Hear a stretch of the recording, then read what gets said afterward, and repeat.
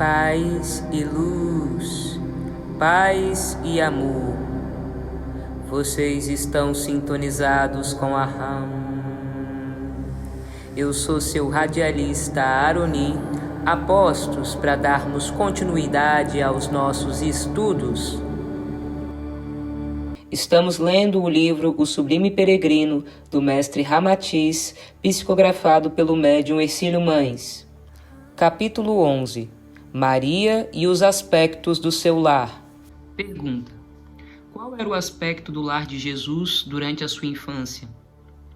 Ramatiz: era uma casa simples num subúrbio de Nazaré, semelhante às residências árabes, construída de blocos encorpados de argamassa e liga de cal, parecida ao giz branco com as suturas feitas de barro amassado.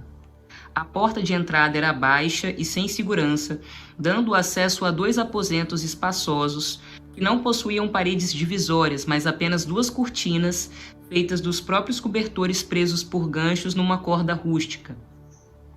Ambos se comunicavam com a oficina de carpintaria de José e esta, por sua vez, permitia ingresso no estábulo por uma portinhola de meia altura. Em lugar de janela, havia uma grande rótula no teto, por onde entrava bastante claridade sobre o chão de terra batida, semi-coberto com peles de cabras, de camelos e de carneiros, além de cobertores leves e esteiras de palha traçada. Era uma casa térrea, cujo aposento central e espaçoso servia ao mesmo tempo de cozinha, de sala de estar e até de quarto de dormir para os hóspedes retardatários. Embora pobre, era confortável para os costumes daquela gente, tão protegida pelo clima saudável e a prodigalidade de peixes e de frutas para o sustento fácil. Eram reduzidos os problemas da manutenção da família no tocante ao alimento, e mesmo quanto às vestes, bastavam-lhes poucas roupas e agasalhos. A sua índole inata de hospedeiros faziam-os merecedores de presentes e auxílios dos forasteiros que eram benquistos e preferiam o aconchego de uma família pobre, mais sadia e honrada do que as hospedarias dos entrepostos de estradas, onde se fazia a mais censurável mistura de homens de todas as raças, condutas, enfermidades e todos os vícios. Durante os dias secos e ensolarados, quando o céu era límpido, cozinhava-se fora, pois o combustível para o fogão consistia em galhos secos de ciprestes e cedros, cujo calor era habilmente conservado com estrume de camelo, ressequido e misturado com serragem produzida no serviço da carpintaria. O fogão, grande e bojudo, descansava num tripé de ferro, sendo recolhido nos dias chuvosos para dentro de casa, cuja fumaça enegrecia as paredes por falta de ventilação apropriada. Em torno da casa havia uma cerca de tapumes feita de retalho de tábuas e ripas, na qual se entrelaçavam cipós florescidos com florinhas miúdas. Aqui e ali repontavam alguns tufos de margaridas transplantados das margens do Jordão e que exigiam muita umidade. Pequenos canteiros circundados de pedras, obra indefectível do menino Jesus, protegiam algumas roseiras que emergiam do punho vermelho vivo e afogueado das papoulas. José e Maria possuíam alguns cabritos, galinhas e marrecos, que lhes forneciam o leite e ovos, além do tradicional burrico dócil e pacífico, que servia para as andanças do ofício de carpinteiro e a entrega dos serviços de menor porte. O observador arguto reconheceria naquele cenário pobre e simples, mas emotivo, o toque mágico das mãos do menino Jesus.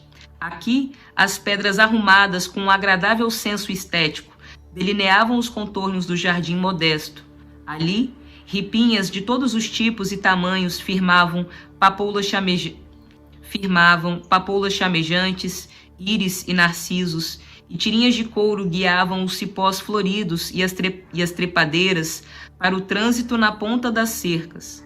Acolá, a areia fina e dourada da beira das encostas das pedreiras cobria os caminhos por onde Maria deveria estender as roupas ou atender as aves.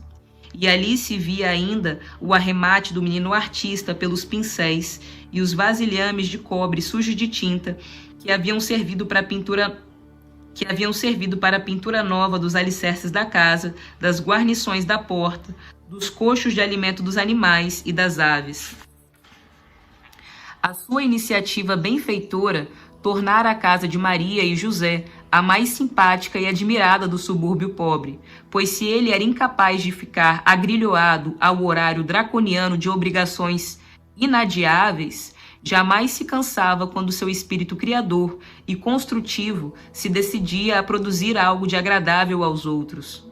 Rebelde à imposição alheia, era um escravo dócil e desinteressado sob a força do seu próprio impulso criador. Ele era livre, né?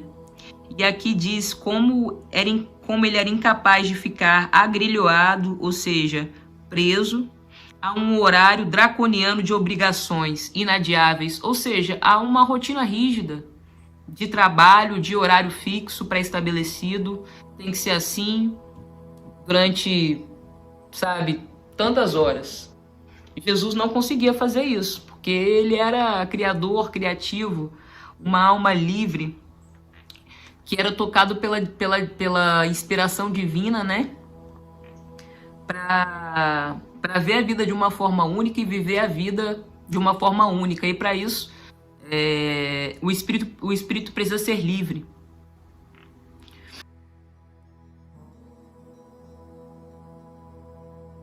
Estamos lendo o livro O Sublime Peregrino, do mestre Ramatiz, psicografado pelo médium Hercílio Mães.